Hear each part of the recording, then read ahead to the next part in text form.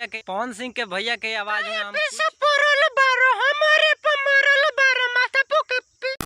तो hi friends, मैं उम्मीद करता हूँ कि लोग आप अच्छे होंगे, मस्त होंगे। तो हमारा ब्लॉग होने वाला है कि आपको कुछ नहीं दिखाऊंगा।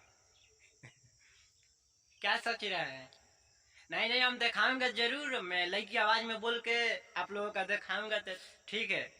तो आज का ब्लॉग यही होने वाला है कि आपका भाई बोल करके लड़की की आवाज में आपको सुनाएगा भी और दिखाएगा भी।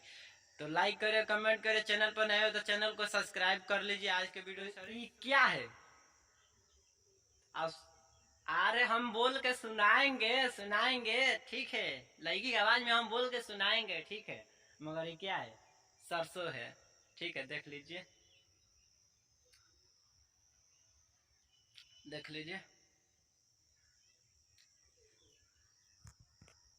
तो चलिए सुनाते हैं।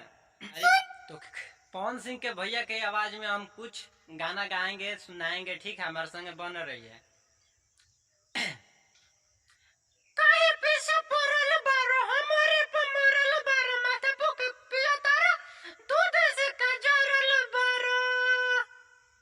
के कर जगवलू ह भगिया गोरी, कहाँ बुतवलू हो अगिया गोरी। तो हरिहर ओढ़नी तोहर छूटल कामना बगीचा। ये लाइक करे, कमेंट करे, चैनल पर नए हो तो चैनल को सब्सक्राइब कर लीजिए।